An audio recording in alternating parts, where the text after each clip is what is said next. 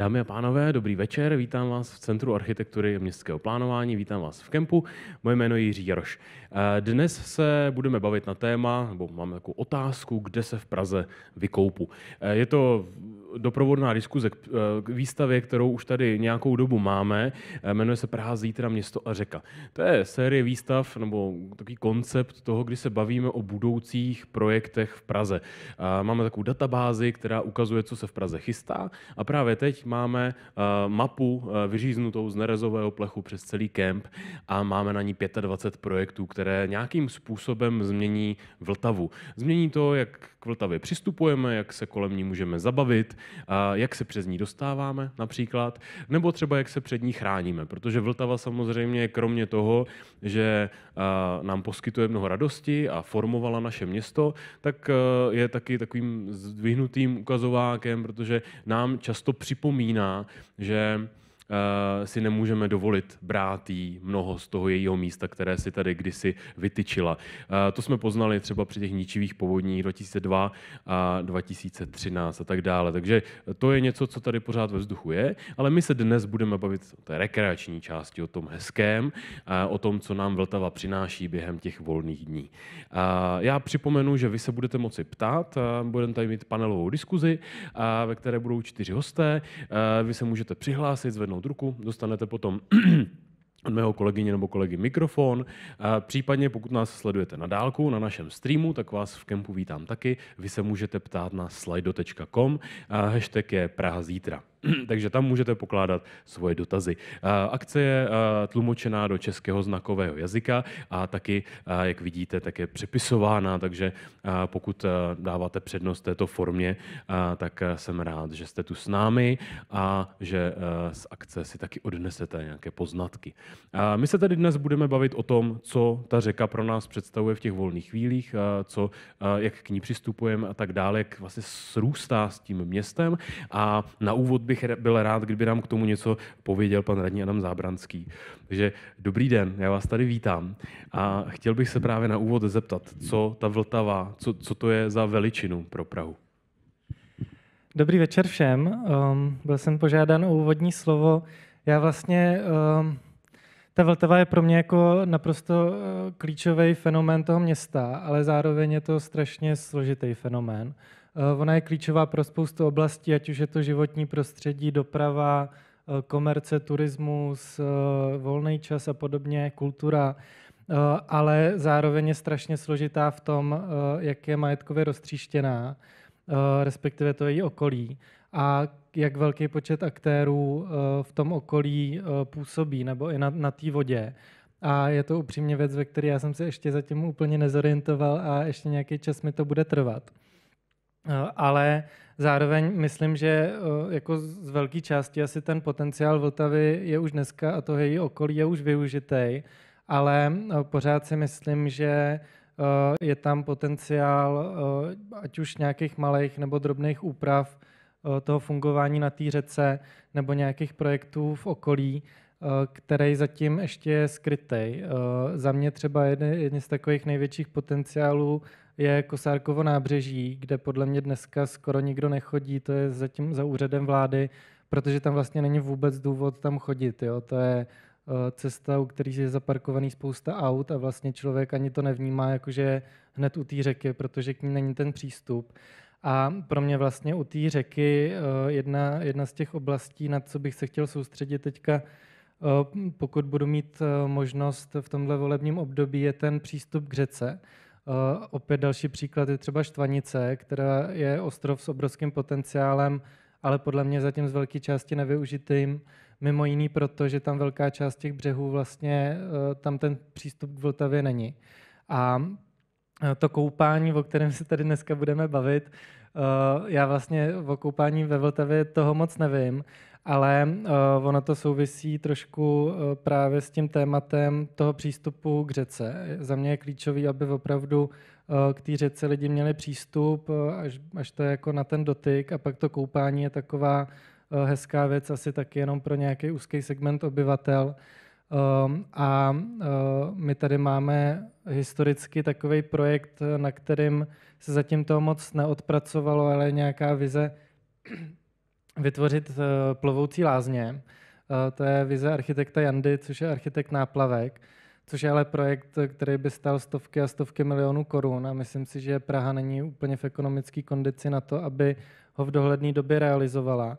Ale co si myslím, že by se dalo udělat a já bych chtěl na tom pracovat a minimálně se dostat do nějakého stavu, kdy se bude moct rozhodnout, jestli jo nebo ne, tak nějakého plovoucího bazénu, kde by se třeba nějak využívala voda z Vltavy a mohl by to být mnohem drobnější projekt než ty megalomanské lázně.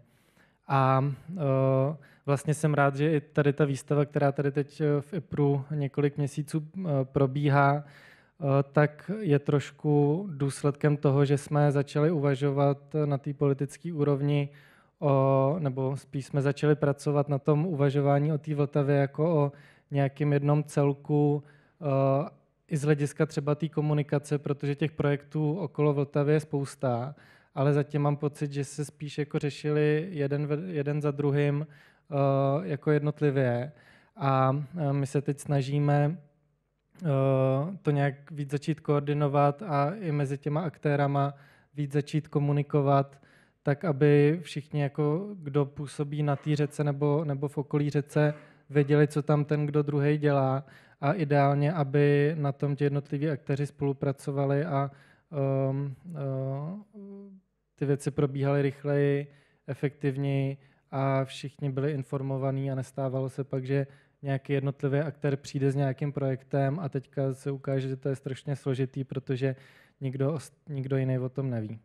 No, asi na úvod vše, ale budeme tady mít další diskuzi, tak do který se určitě zapojím.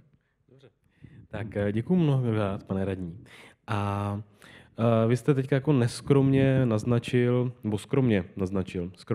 že řeka je složité téma a že není jednoduché porozumět všemu tomu, co se kolem děje. Máme naštěstí tady Marka Kundratu, mého kolegu z kanceláře veřejného prostoru, který se řece už věnuje hodně dlouho. Marku, já tě poprosím o tvoji prezentaci, abys nás s tím vším, co pro nás máš, seznámil. Jak dlouho už se věnuješ Vltavě? No, to jsi mě dostal, tak možná 8 let, ale nebojte se, není tam všechno, čemu jsem se věnoval za posledních 8 let. Já vás tady taky vítám, dobrý večer. Já se možná na úvod zeptám, kdo z vás se někdy koupal ve Vltavě? Dejte ruce nahoru, hezky. Tak to vypadá, počítáme to do nějaké ankety, já myslím, že to je rozhodně nadpoloviční většina, tak 70%, ale počítaj se i třeba nohy si očvachtat, jako klidně. To je taky koupání. Prosím? No tak to je skvělý. Dneska jsem zrovna brouzdal na vašich stránkách. Vím, že že je 74. ročník letos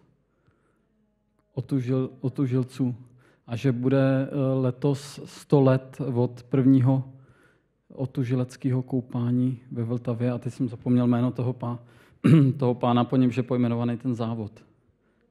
Nikodem.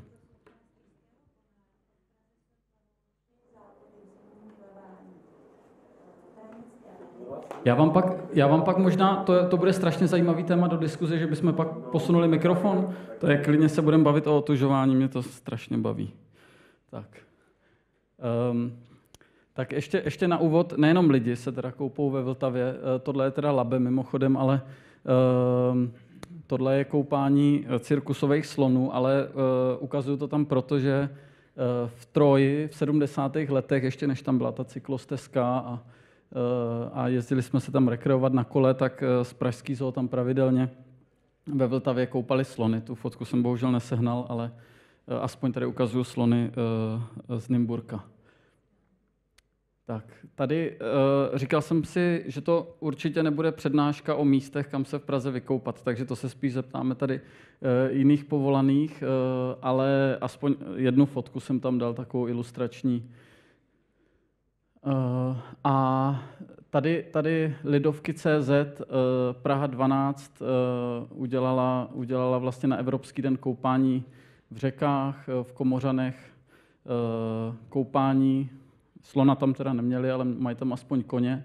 A určitě bychom se měli i letos zapojit do Evropského dne koupání v řekách, to je někdy v červnu, druhá neděle v červenci.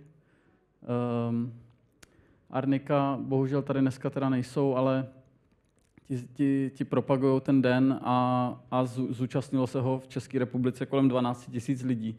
Takže to už mi přijde docela slušný a když se podaří Praze i nějak víc zapojit, tak to by bylo skvělé. Tady mám to otužování, takže to je téma, myslím, že bylo kolem 400 otužilců, jsem četl letos. Šofín je narvaný, musíme chodit jinam.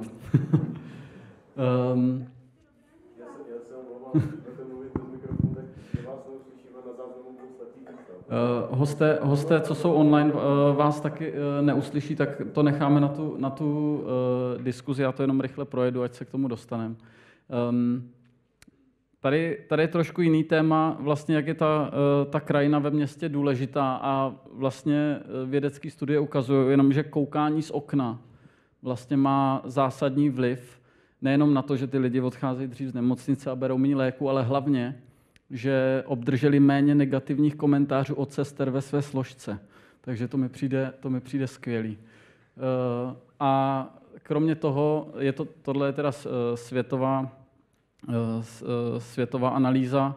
V Praze možná na tom nejsme tak špatně, ale 3,3% všech úmrtí, za to je pravděpodobně zodpovědný nedostatek zeleně ve městě.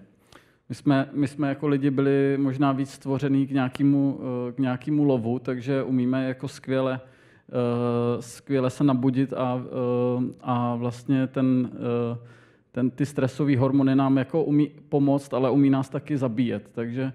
Takže proto vlastně trpíme různýma problémama jako cukrovka, infarkt, žaludeční vředy, astma a tak. A vlastně k tomu, aby jsme dokázali bojovat s těma civilizačníma chorobama, tak potřebujeme nějaký pohyb. Takže ten pohyb nám může pomoct proti diabetu, depresím, Alzheimeru, infarktu, rakovině a spoustě dalších problémů.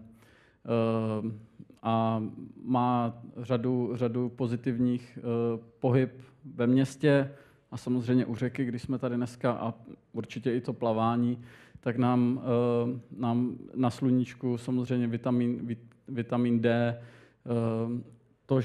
to, že jsme vlastně v tom venkovním klimatu, tak nám pomáhá mírnit právě příznaky toho stresu, nabuzuje funkci imunitního systému a tak dále. Takže tady jenom vlastně závěrem, že ta městská zeleň urychluje uzdravování, snižuje pracovní napětí, zvyšuje potěšení z práce, snižuje podrážděnost a agresivitu a podporuje prosociální chování. Tady mám ještě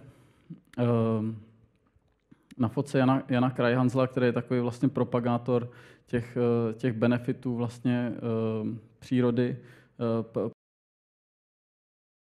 pro lidi. Tady to má ještě jednou vlastně znova zhrnutý. Pro mě osobně nejdůležitější, že to čistí hlavu. A ještě takovým závěrem cituju paní Janu Hanatu ze státního ústavu, která říká, že architekt a urbanista může pro zdraví obyvatel udělat ve správnou chvíli více než praktický lékař. Ale musíme začít trošku dřív.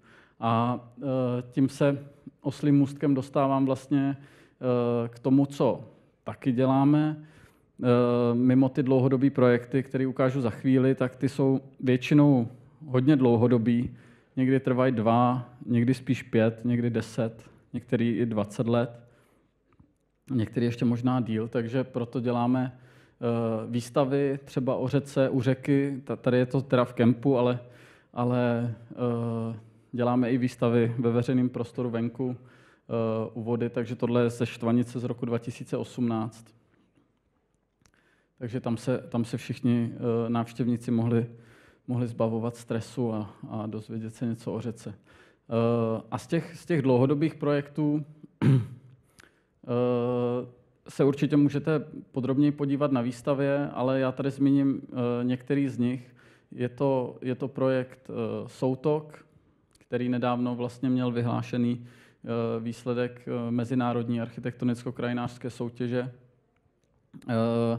Je to projekt extrémně vlastně ambiciózní, řekl bych, vlastně nejrozsáhlejší, největší projekt v hlavním městě Praze, ale spíš bych ho přirovnal spíš než k Nové Stromovce k takovému národnímu parku.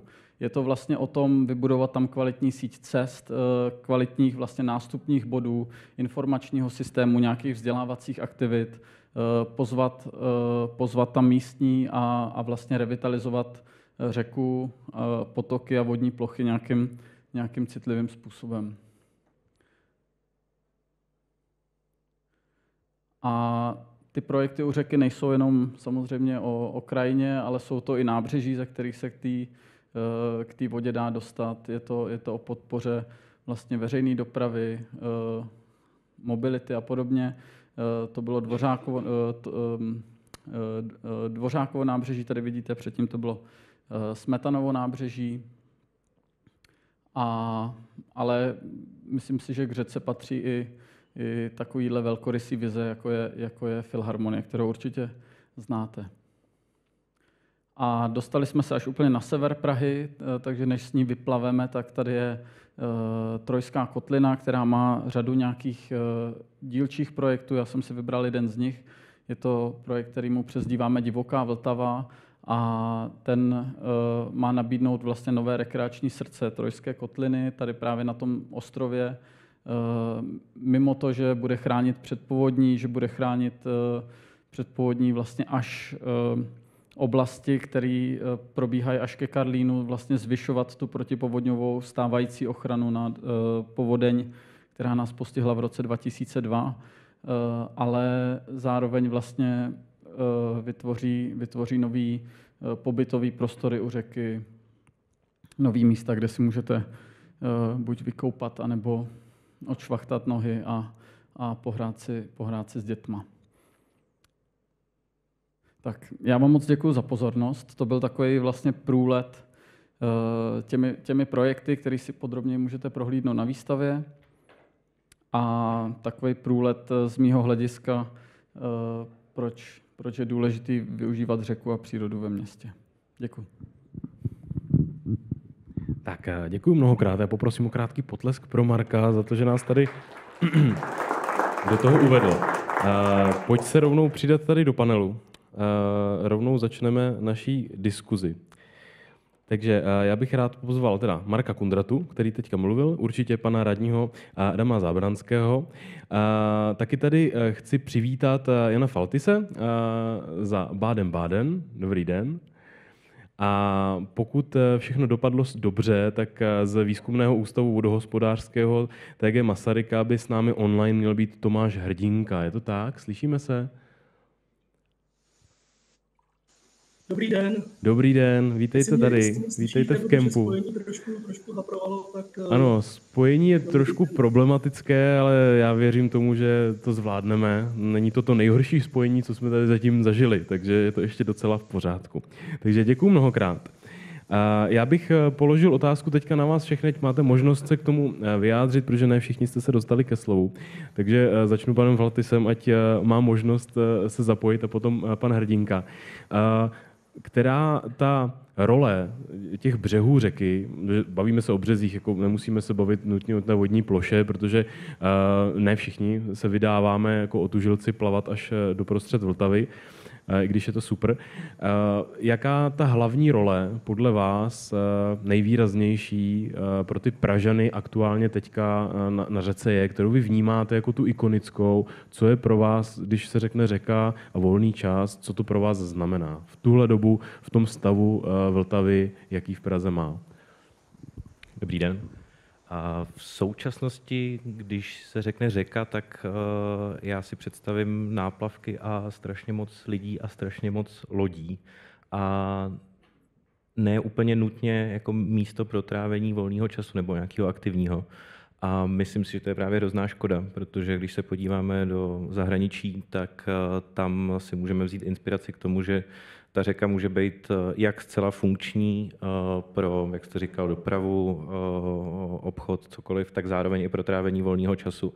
A myslím si, že v Praze tohleto trošku chybí a proto mě potěšily i tady úvodní slova pana radního, že to se snaží brát trochu koncepčněji a vzít to trochu z gruntu. Takže když teda se ptáte, jak to vnímám teďka já, tak je to takhle. Děkuju.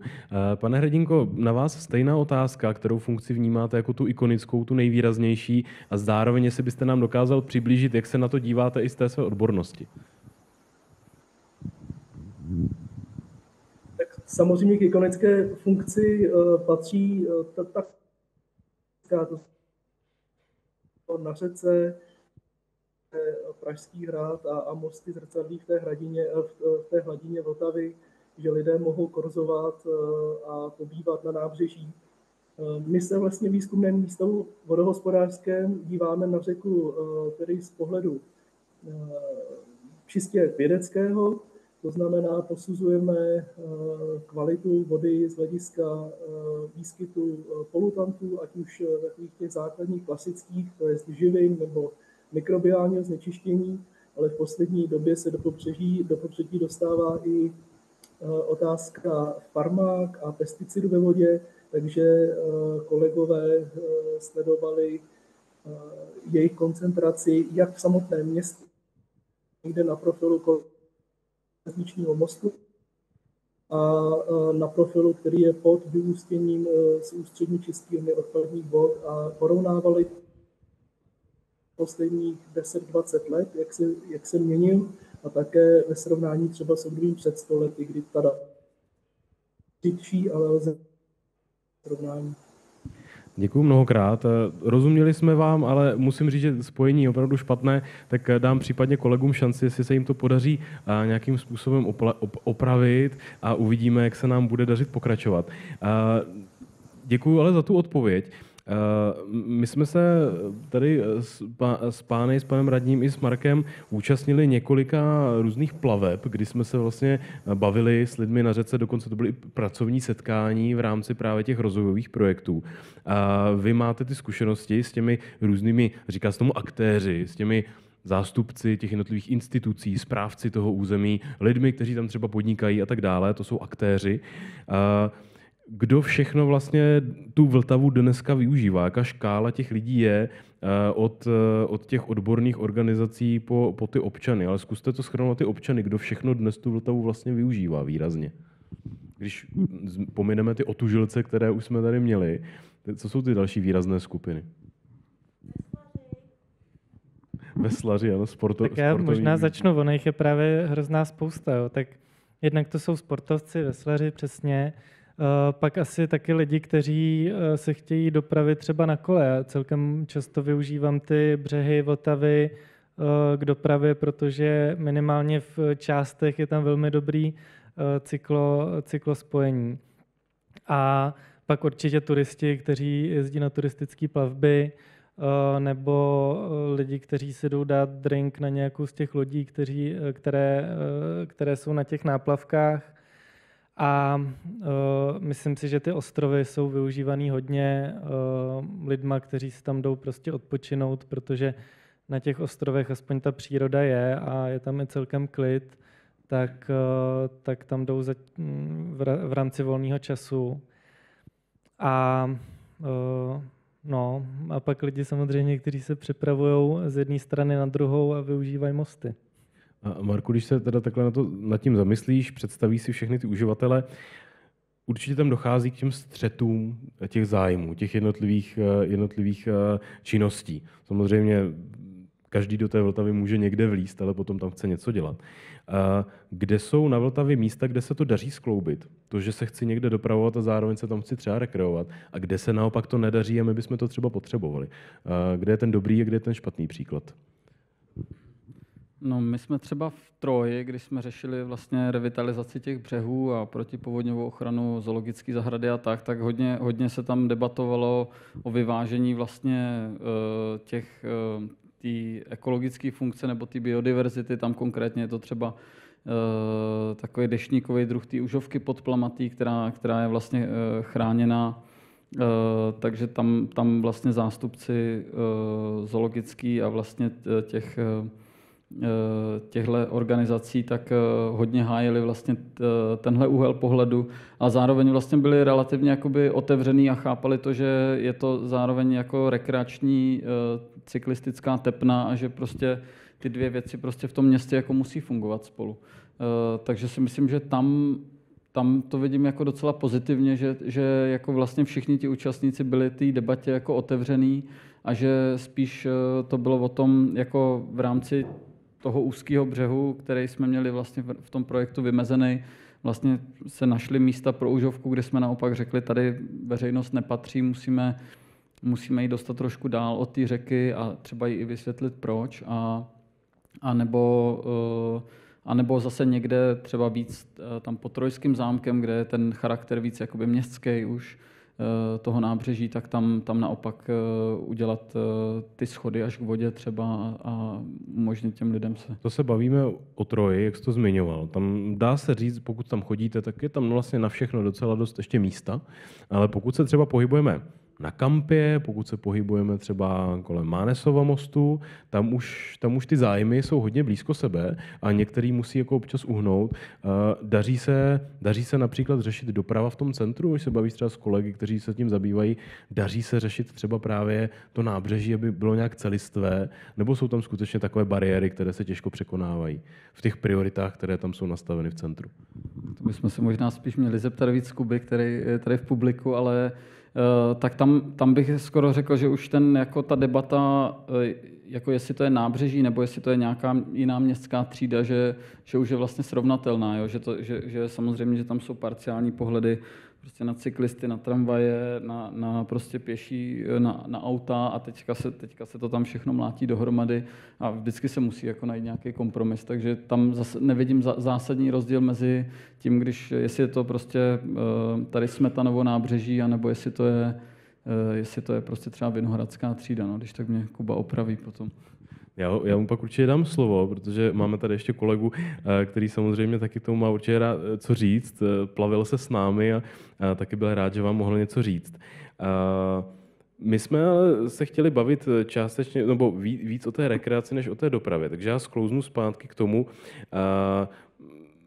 Praha byla známá tím, že se v ní dalo hezky koupat, nebo že tady Pražané se hodně koupali, než se zlepšila jejich mobilita, začali jezdit na chatičky a začali jezdit na víkendy někam pryč. Prodloužil se víkend, bylo to lákavější, takže zanikly některé ty slavné plovárny. Teď se třeba některé objevují, my jsme tady slyšeli ten záměr na vybudování těch velkých lázní, ale máme tady pana Faltise z Baden-Baden. Jak se mění ta poptávka? Je skutečně znát na tom, že více lidí objevuje třeba Baden-Baden, nebo zvyšuje se ta poptávka, více se ptají v té současnosti, kdy se více začíná proslýchat, že ta řeka asi není tak špinavá, jak se původně zdálo. Zaznamenáváte z roku na rok nějaký příliv třeba návštěvníků? A musím říct, že určitě ano. Vlastně i když jsme otevřeli poprvé, tak vlastně to bylo jenom takový šťouchnutí pro ty lidi, kteří zjistili, že tam je jakási instituce, i když to, nebo instituce mysleli tou plovárnou, což je vlastně jakoby, dejme tomu stánek s občerstvením a že jim stačilo jenom tohleto pro to, aby pochopili, že je to místo i na koupání. A od té doby to průběžně roste. Jako vidíme každý rok nárůst lidí, kteří ať už teda se koupou pořádně, anebo jenom si okoupou nohy, tak je jich tam čím dál tím víc. A když se zeptám jako hloupě, co se do té činnosti, kterou vy provozujete, co se vám do ní plete? Je tam něco, co omezuje vlastně takovouhle bohulibou a dá se říct jako na první pohled nenáročnou činnost? Je tam něco, co vás omezuje, co musíte dodržovat? Je tam něco, co ovlivňuje to, jak velký rozsah třeba služeb máte a co byste tam chtěli dělat? Tak samozřejmě jsou to předpisy, které musíme plnit, které v současném stavu znemožňují nějaké aktivity typu, mysleli jsme si, že tam budeme moct postavit nějaký molo koupací nebo něco takového, což se ukázalo vlastně za současného stavu neprůchozí. A to je vlastně jedna z takových věcí, která mě asi, nebo do určitý míry to chápu, ale zároveň je to mrzí, že to je lehce svazující v tom, co se pro ty Pražany nebo kohokoliv, kdo se chce vykoupat, dělá, jako, nebo že to nejde právě jim trochu víc vstříc a to by mi přišlo skvělé, kdyby se tohleto dalo nějak jako narovnat. Já chápu, že tam je spoustu pohledů a spoustu aktérů, který do toho mluví, ale kdyby došlo ne k rozvolnění, ale dejme tomu k úpravě nějakých jako regulí, tak si myslím, že by to pro tu řeku bylo pozitivní.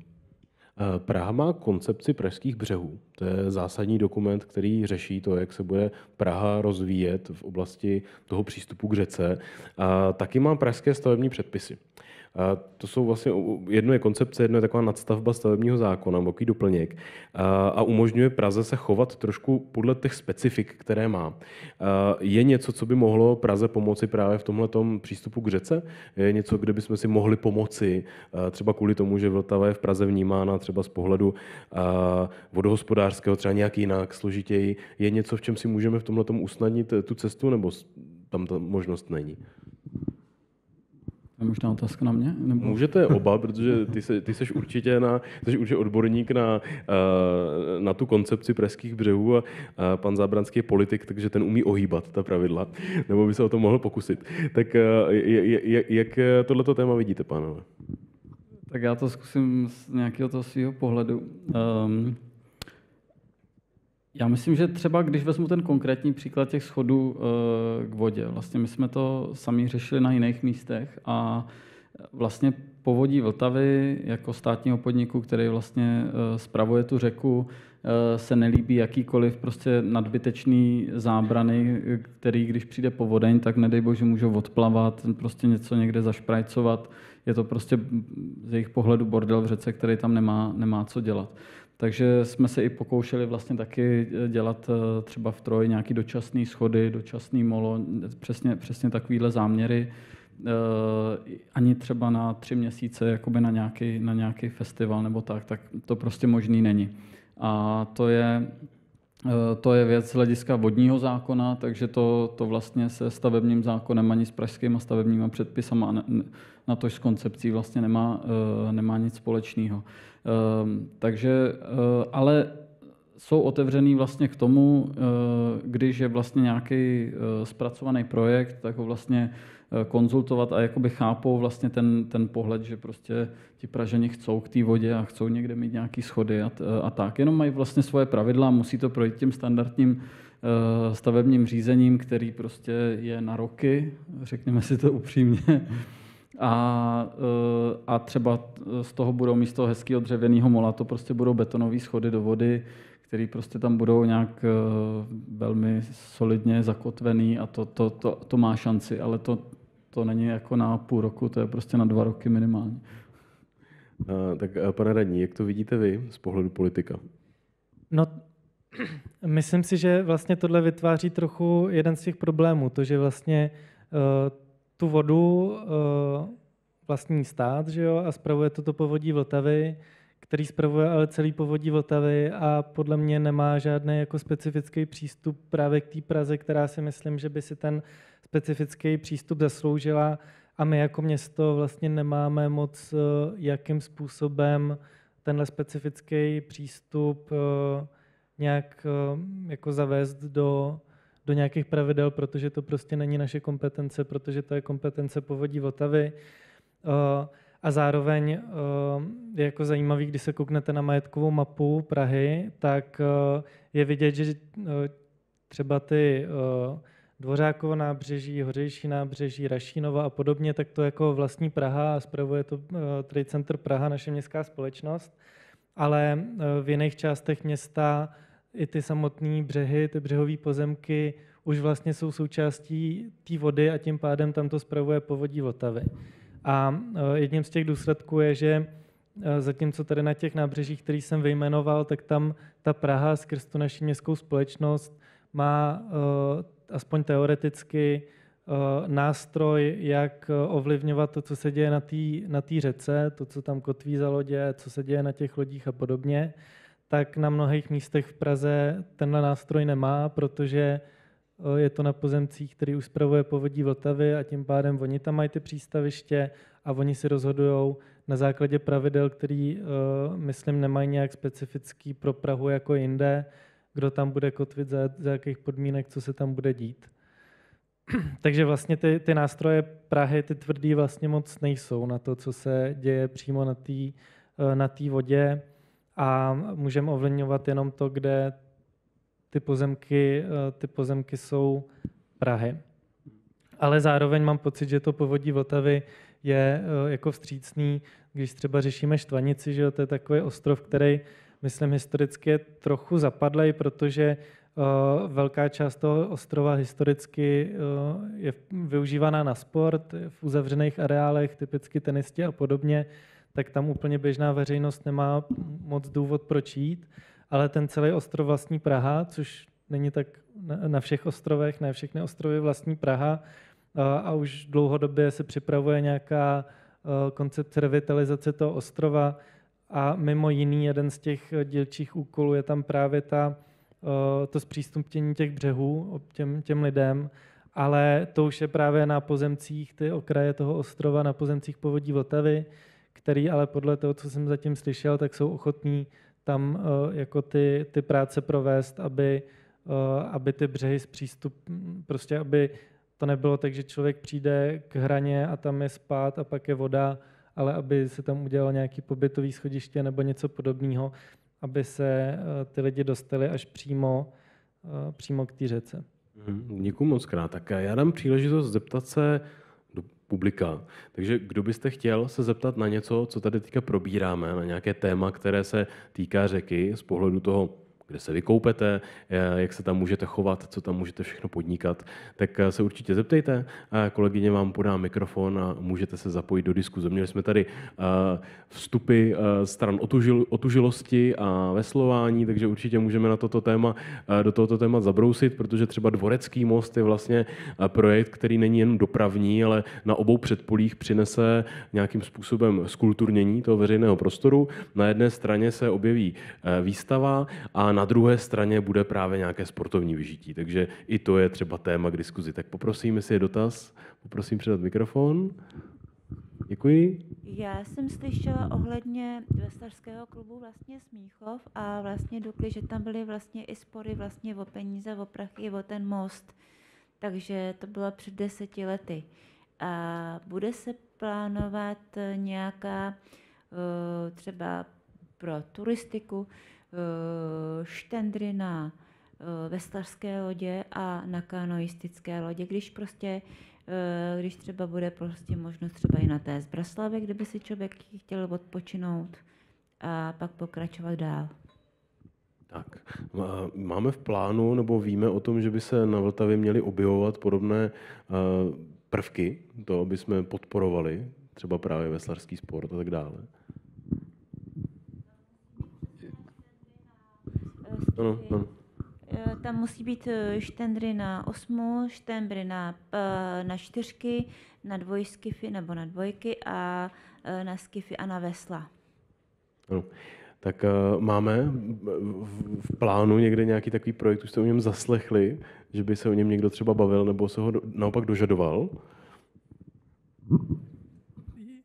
Já jsem nic takového neslyšel, jako nebráním se tomu, ale já se omlouvám, mluvíte řečí, který já vlastně nerozumím, protože nejsem vůbec odborník jako na veslařinu, takže vlastně jsem moc nepochopil, co jste řekla, protože prostě používáte termíny, který neznám. No, pokud jsem to pochopil správně, je to něco, kam dám tu loď. Ano, přesně. 8 je 1 kormidelník a 8 veslařů. A jsou to vesla párová a nepárová. Párová vesla jsou, že každý veslař má 2 vesla a nepárové 1 velké veslo. Tak, takže zjednoduše malá loď, větší loď, ještě větší loď a je potřeba ji někam dát, a aby nám neodplula například, abych mohl taky na ten břeh vylézt a něco tam dělat. Jak je to vlastně v rámci toho sportu? Protože my, když jsme třeba představovali Dvorecký most, tak právě ta komunita veslařů tam byla slyšet, protože samozřejmě je to něco, co mění ten prostor, o kterém oni jsou zvyklí fungovat. Je tam nějaké to delší území té řeky bez jakékoliv překážky. Najednou se tam objeví most s pilíři a tak dále. Jak probíhá kooperace právě s těmi spolky sportovními, protože nejsou to jen veslaři, jsou to jachtklub, jsou to třeba právě braničtí otužilci a tak dále. Jaký oni mají hlas při těch změnách na řece?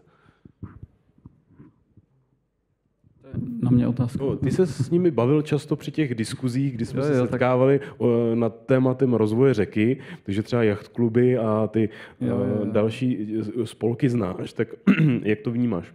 Jo, tak my třeba, když jsem řešil podrobněji ten projekt v Troji, tak tam je taky vodácký klub, takže s těma jsme se vlastně několikrát setkali, tam se chystá park vodních sportů, takže to je něco, co jako je vyloženě hodně pro ně, ale samozřejmě i pro Pražany k nějakým jinému typu rekreace.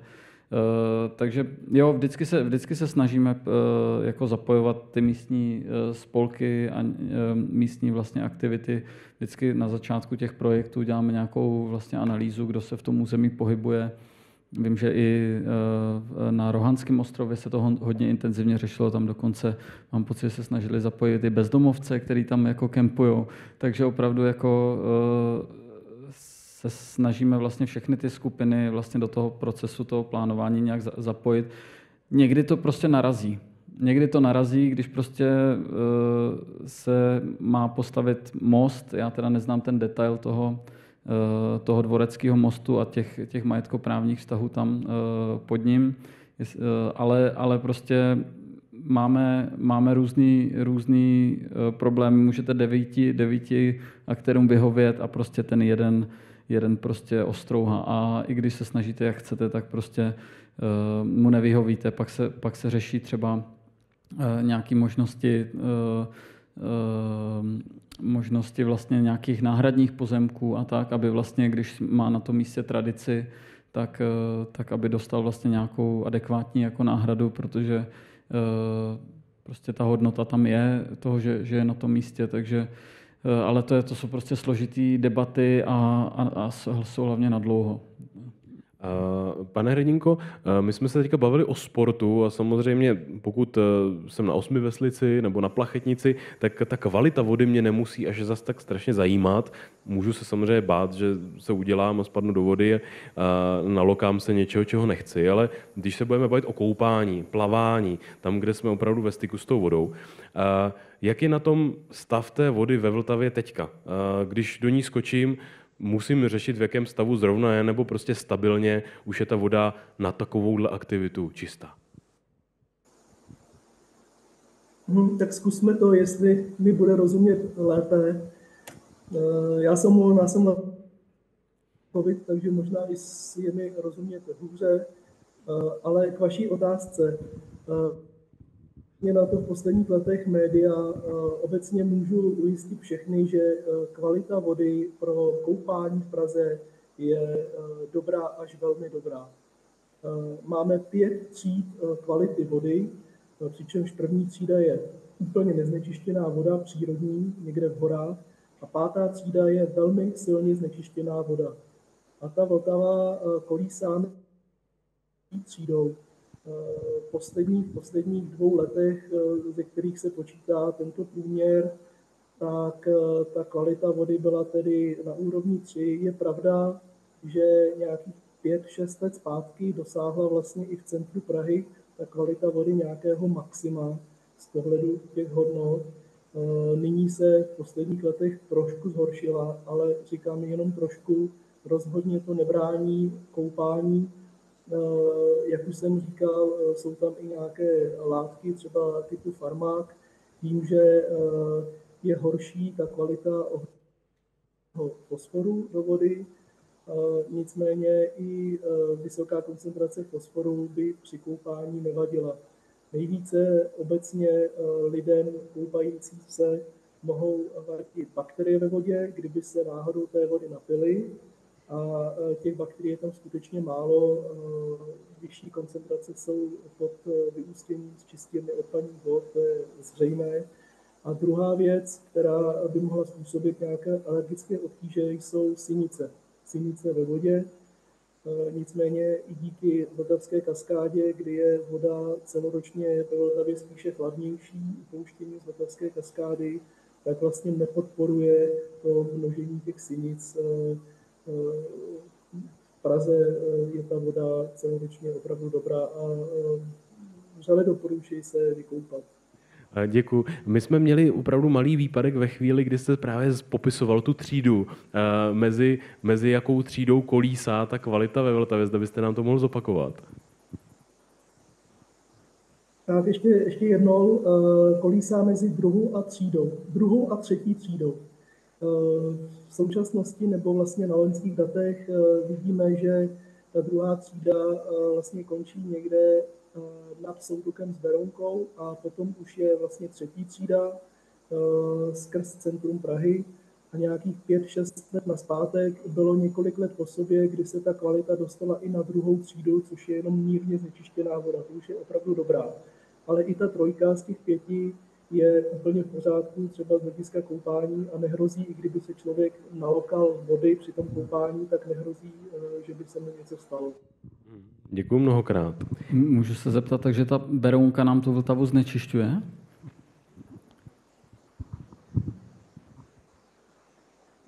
Berounka a ještě více Sázava, ku podivu. Na té Berounce není tolik toho průmyslového znečištění, na té Sázavě je těch výroben a těch lokálních vlastně bodů znečištění více, je tam i více měst. Vlastně poslední velké město na Berounce je Beroun a nad tím potom až vlastně silněji znečišťuje Plzeň. A jinak ta Berounka, to jsou spíše taková malá sídla a i té průmyslové aktivity je tam méně než na té Sázavě. Takže ta Sázava hodně let nazpátek, nebo nějakých 15 let nazpátek, měla dokonce třídu znečištění 4 i 5 a teďko tedy klesla na 3. až 4. třídu. Ta vlastně zatěžuje Praze, jinak z přehrad jako takových pod Štěchovickou přehradou tam máme třídu opravdu 1 až 2.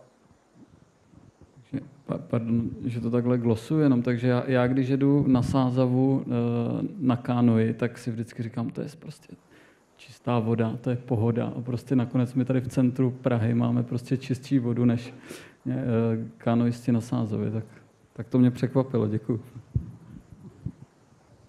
Je to tak. Tak to je dobrá zpráva. Nejezděte na dobrá Sázavu.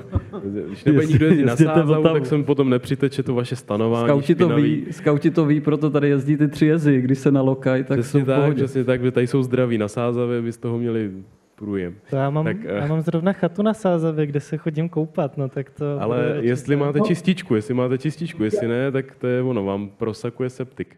A právě to je ten právě dobrý postřeh, to, že lidi se obecně nebojí koupat se v Sázavě, že jo, většinou je to takové kanionovité údolí, skály kolem Peřeje, se úplně v pohodě koupou v Sázavě a třeba v Praze by se i štítili koupat ve Vltavě a přitom vlastně je to neopodstatněné.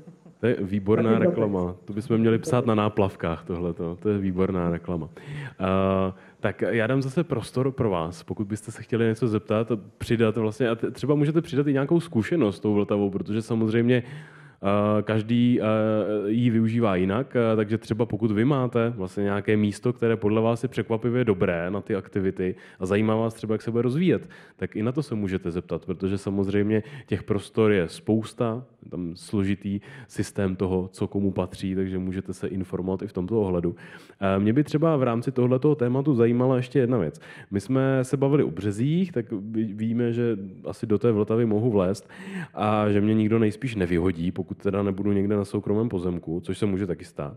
Ale jak je to potom v té vodě samotné?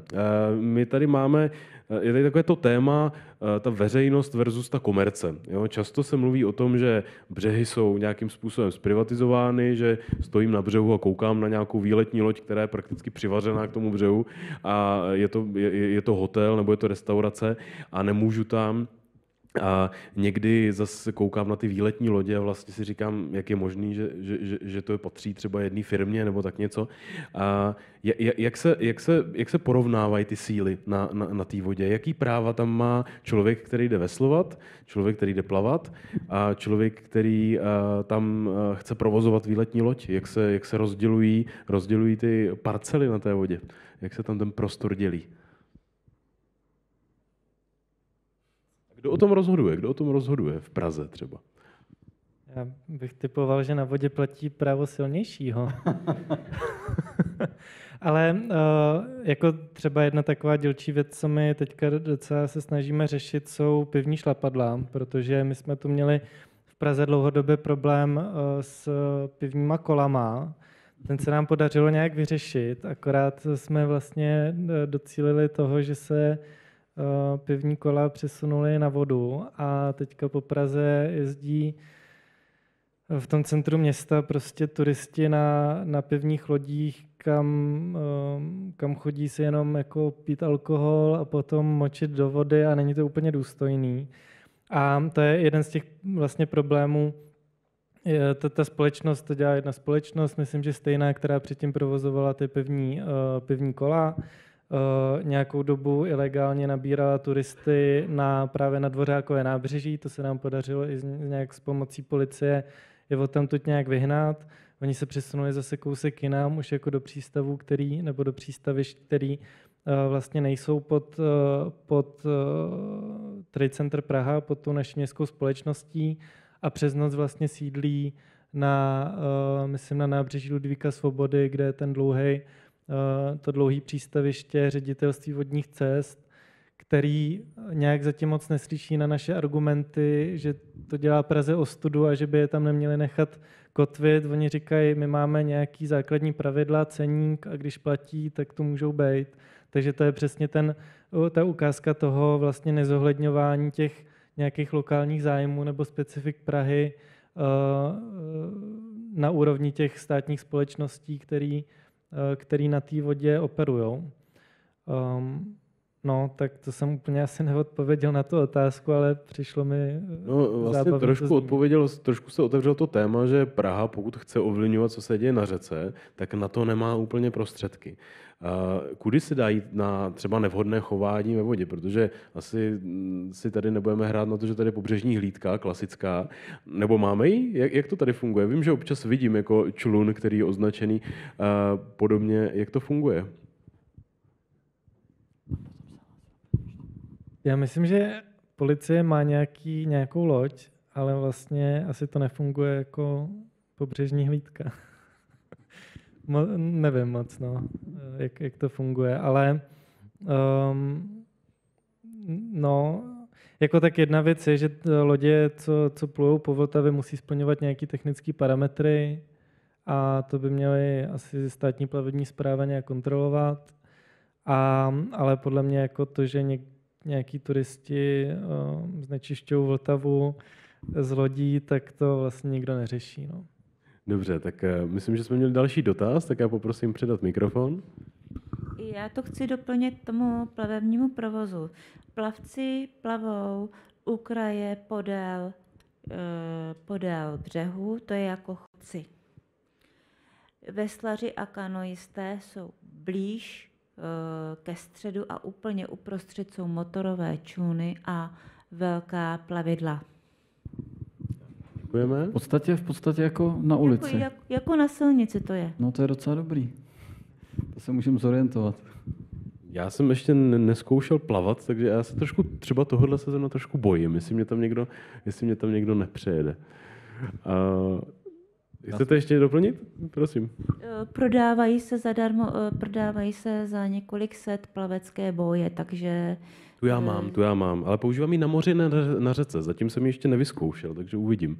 Možná to někdy zkusím. Na řece je to jako já z toho do Vltavy nelezu.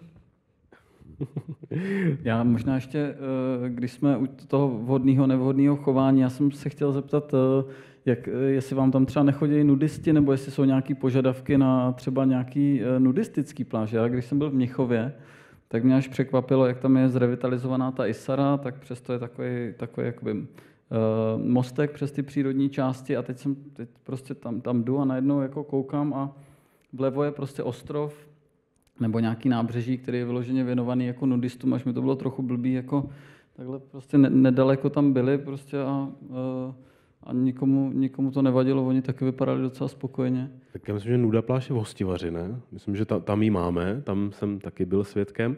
A tak asi to stačí, asi tady není komunita nudistů tak velká. Nebo myslíte, že je potom poptávka?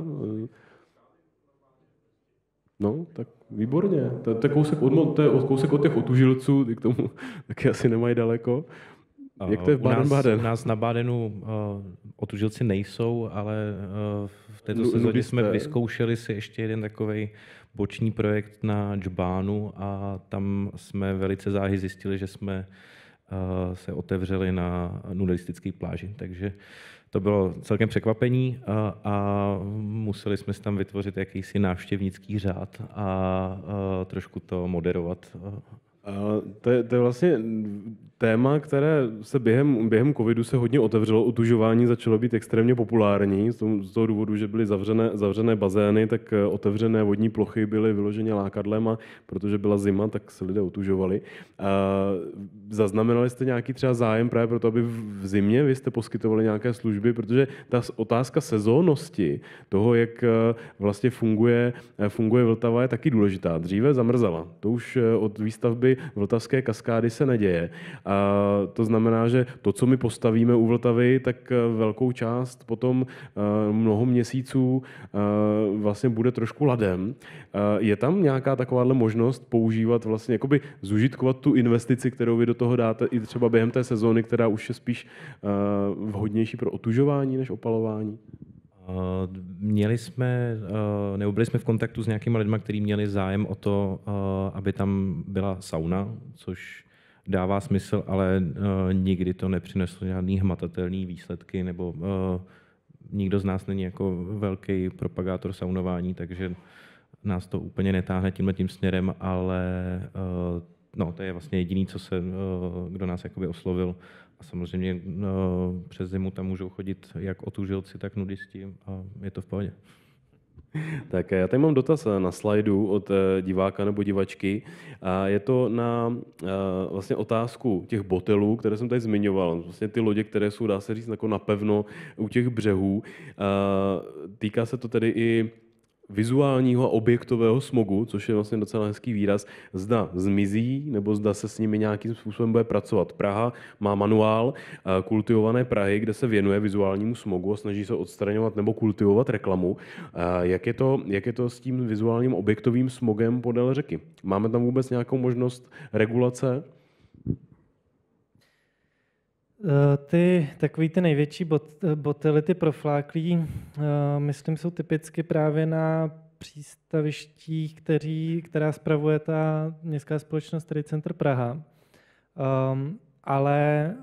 A vlastně některý z těch velkých lodí, jako je třeba u toho Mánesova mostu, tak jsou v rozporu s tou koncepcí Pražských břehů, kterou teda Rada schválila někdy už před 8 lety.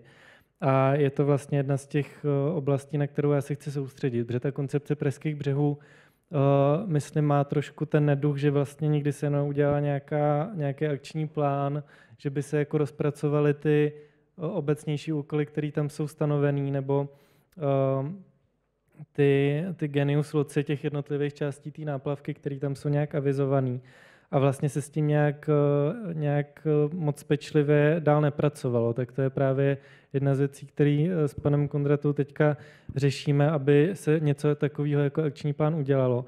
Nicméně obecně ten problém s těma obrovskýma loděma je mimo jiný i ten, že oni vlastně nejde jen tak jako je odtamtud vystrnadit, protože oni často nemůžou odplout. Ty lodě tam byly jako zkonstruované na místě a kdyby se jich město chtělo zbavit, tak by se museli nějak složitě jako rozmontovávat a postupně se odvést, protože prostě jsou tak masivní, že kdyby se vypustil na tu vodu, tak se asi prostě převrhnou a potopí, což by asi nikdo nechtěl. Ale co se týče toho vizuálního smogu, tak taky. To je jedna z věcí, kterou minimálně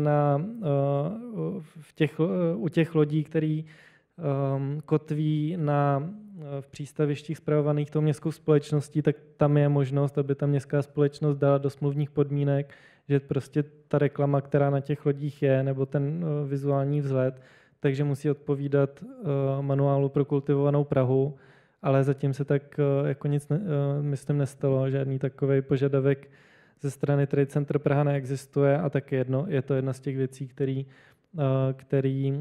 na který se chci zaměřit, ale no, myslím, že obecně prostě ta koncepce Pražských břehů je jako dobrý dokument, ale velká část toho je prostě napsaná na papíře, ale reálně se nikdy neudělalo moc kroků pro to, aby byly naplněny. Ještě doplnit? Vy jste chtěl reagovat? Já jsem chtěl se spíš optat, když jste narazil na ty kotviště nebo přístaviště, jestli Praha plánuje zvětšovat jejich množství nebo ne. Asi takhle obecně to nejde odpovědět. Já si myslím, že jsou místa, kde by třeba bylo hezký přidat nějaký přístaviště na nějaký pražský pramice. My teďka jedna věc, kterou řešíme tady s Jakubem Zuzulou z IPRu, je levej břeh vlastně Karlova mostu, který dneska vypadá dost šíleně, protože tam pod tím obloukem Karlova mostu jsou jenom auta, takže tam lidi nemají důvod chodit. Což si myslím, že u jedné z nejvýznamnějších kulturních památek v Česku je dost ostudný. Takže řešíme, jak to místo revitalizovat. A mimo jiný tam vlastně historicky bylo schodiště právě k řece.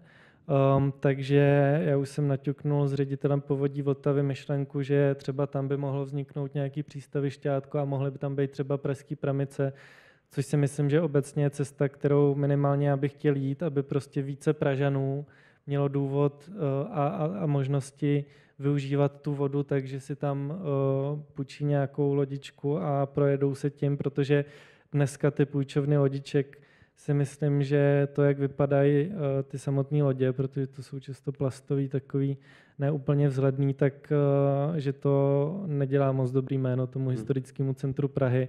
A tam vnímám celkem velký potenciál pro zlepšení. Ale asi bych jako odpověděl, jak jde. No. Tak někde těch přístavišť, těch kotvišť už je dost, někde by stálo za to je doplnit, někde možná by stálo za to změnit tu skladbu těch lodí, co tam kotví. My se teďka docela hodně bavíme o Dvořákově nábřeží, který si myslím, že je zatím takový relativně nevyužívaný a ty lodě, co tam kotví, tak jsou v podstatě jako jednoho charakteru, takže tam chodí jako turisti na ty lodě, ale místní tam moc nemají důvod chodit a to nábřeží vlastně vůbec nežije. Takže vymýšlíme teď, jak ho nějak oživit. Ne, že bychom z toho chtěli udělat jako další Rašínovo nábřeží, ale něco subtilnějšího. To chtěl ještě, Marku, nějak doplnit? Ne, mě to jenom nadchlo ta myšlenka, jako jak jsou pražský židle, takže by byly ještě pražský loďky, to zní skvěle. Tak já dám ještě prostor pro poslední dotaz tady z publika, tak pokud chcete někdo ještě zareagovat nebo se na něco zeptat, tak máte možnost.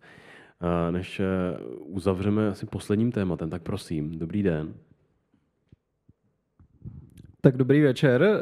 Já bych měl otázku ohledně popularizace ochrany té řeky a těch vod obecně, protože Praha má zvlášť v té centrální části jednotnou kanalizaci, která je odlehčována do Vltavy a samozřejmě zvláště po deštích je, třeba když se jde po náplavce, tak jakoby to, co tam v těch úplavech se zachytí, tak to je neuvěřitelný.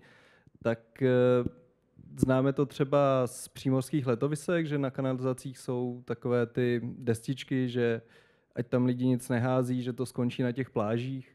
Tak jestli se nepřemýšlelo nějak popularizovat tu ochranu, aby si lidi jakoby uvědomili, že i to, co dělají daleko od řeky, někde v tom centru, tak dřív nebo později se zkrátka dostane do té řeky a bude to mít na ně nějaký jako zpětně vliv. Třeba když hodně prší, tak nesplachovat. Ne, já si mám legraci, ale vlastně jsou dva veliký projekty naplánovaný v Troji. Jedna je na teda trojském pravém břehu a druhé je vlastně v Bubenči. Jsou to veliký vlastně retenční nádrže, který vlastně mají při těch vyšších vlastně nebo povodňových stavech vlastně zhromažďovat veškerou tu vodu, aby vlastně nešla těma odlehčovacíma výústěma vlastně do Vltavy, ale aby se až vlastně, když se naplní, tak teprve k tomu došlo, což by mohlo jako významně pomoct, ale jsou to jako obrovský, jako možná i miliardový investiční akce a čistírna je má v nějakém harmonogramu. Oni teďka budou rekonstruovat tu stávající čistírnu po stavbě té nové vodní linky, která byla kolaudovaná, myslím, předloni. Takže je to v nějakém harmonogramu, ale myslím, že než se jich dočkáme, tak ještě to bude taky pár let. A druhý vlastně jako pohled na to, nebo paralelní vlastně přístup je který se snažíme vlastně ve všech projektech, který děláme na IPRu, je vlastně hospodaření s dešťovou vodou. To znamená, pokud to jde na tom místě, tak vlastně zasakovat tu dešťovou vodu, ať ze střech nebo z komunikací vlastně na místě a vlastně snižovat ten nápor při těch deštích vlastně do té kanalizační sítě. Takže to je vlastně druhý pohled, ale taky je to vlastně na hodně dlouho, než to bude nějak jako významný pro tu stokovou síť. Tak ještě na závěr otázka pro všechny z vás stručně. Kde je podle vás ten potenciál právě toho, aby se lidé koupali? Kde je podle vás ten první moment, kdy bychom měli začít, pokud bychom chtěli udělat Vltavu přístupnější, spopularizovat ji a zlepšit vztah veřejnosti k ní, kde bychom měli začít? Já začnu panem Hrdinkou. Z pohledu vaší profese je to lepší ve Žlutých Lázních, tam, kde Vltava přitéká, anebo můžeme i v Holešovicích? Je to jedno v rámci kvality vody?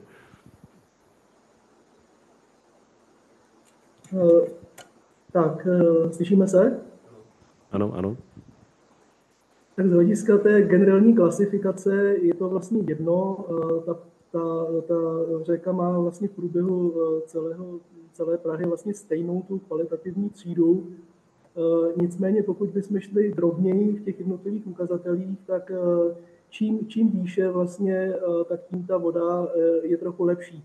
A je to hlavně kvůli těm drobným přítokům typu Konratického potoku, Botiče, Motonského potoka a Rokytky, protože vlastně obecně tyto malé toky je tam mnohem větší vlastně nápor toho znečištění, protože ty malé vodní toky obsahují relativně málo vody a ten přítok z těch dílčích čistíren odpadních vod, které třeba mohou mít menší vesnice, na kterými ty toky protékají, tak je prostě větší ten podíl té odpadní vody. A proto tyhle ty drobné vodní toky, byť na průtoku Vltavy nemají tak zásadní vliv, tak se mohou projevit nějakým dílčím znečištěním. To znamená, je lepší se koupat někde třeba v Braníku nebo pod Vyšehradskou skálou obecně než v Holešovicích. Ale pořád, pokud se budeme koupat vlastně nad výtokem střední čistiny odpadních vod, tak kde je teda ta situace nějakých 1-2 kilometry horší, to je logické, tak to bude v pořádku. A možná ještě doplněk k tomu, co bylo řečeno, já jsem nemohl reagovat, jak jste se ptali na ty lokality pro vlastně nuda pláže nebo pro nudisty, tak v Braníku a věc už možná první republiky, nebo určitě i za období socialismu, je vlastně velká železniční.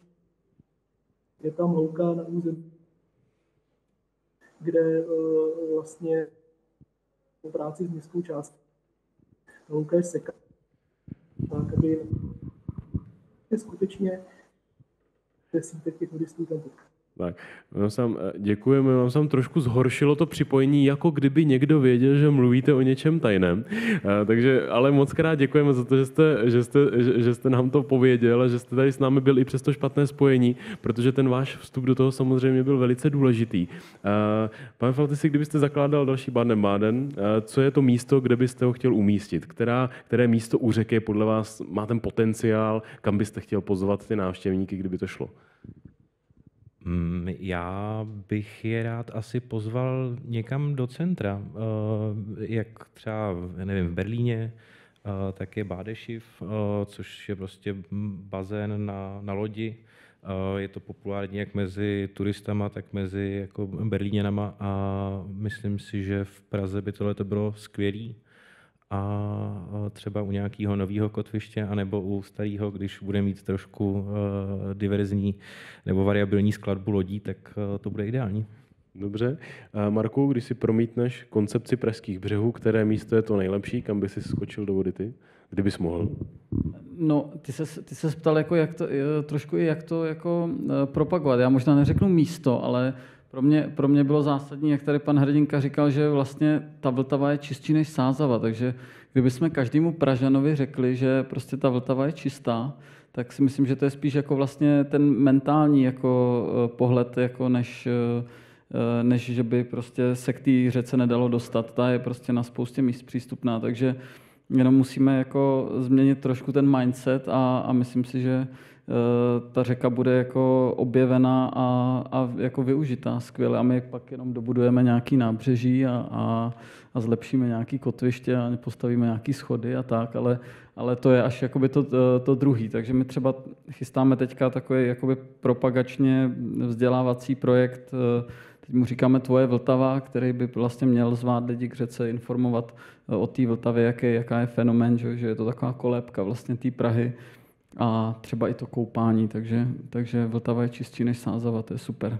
Tak a pane radní, kdybyste měl mít koupací pohled z Prahy a chtěl s ním propagovat to, aby se lidé vykoupali v řece, třeba i turisté, tak to by bylo kde? Já si myslím, že by bylo hezký, kdyby bylo nějaký bazén na řece u občanské plovárny třeba. A obecně vlastně to už jsem zmiňoval v té úvodní řeči, že já mám takový nápad, jako že by se udělal nějaký bazén na řece, nějaký jako ne megalomanský, ale funkční, kde by, a teďka jako technické řešení vůbec nevím, že se v tom nevyznám, jo, ale představuju si to, jako že by se tam mohla využívat ta voda z Vltavy ještě nějak třeba jako profiltrovaná a že by, kdyby to bylo někde v širším centru, tak si myslím, že by si to uživatele, návštěvníky určitě našlo. Dobře, děkuju. Poprosím vás o potlesk pro naše hosty.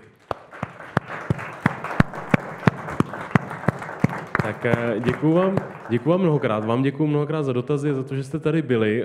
Výstava Praha zítra, Město a řeka nekončí, bude pokračovat i po novém roce a to znamená, že bude i další doprovodné diskuze, nebo budou další doprovodné diskuze, takže sledujte náš program a určitě vás pozvu na 17. listopadu, kdy tady budeme mít speciální instalaci historických fotografií z Prahy, samozřejmě s tematikou právě staženou k 17. listopadu, takže určitě vás zvu, přijďte i ve státní svátek, budeme otevření, kemp bude otevřený a vy máte zatím čas si prohlédnout ještě výstavu, takže užijte si zbytek večera. Děkuji, že jste tady byli.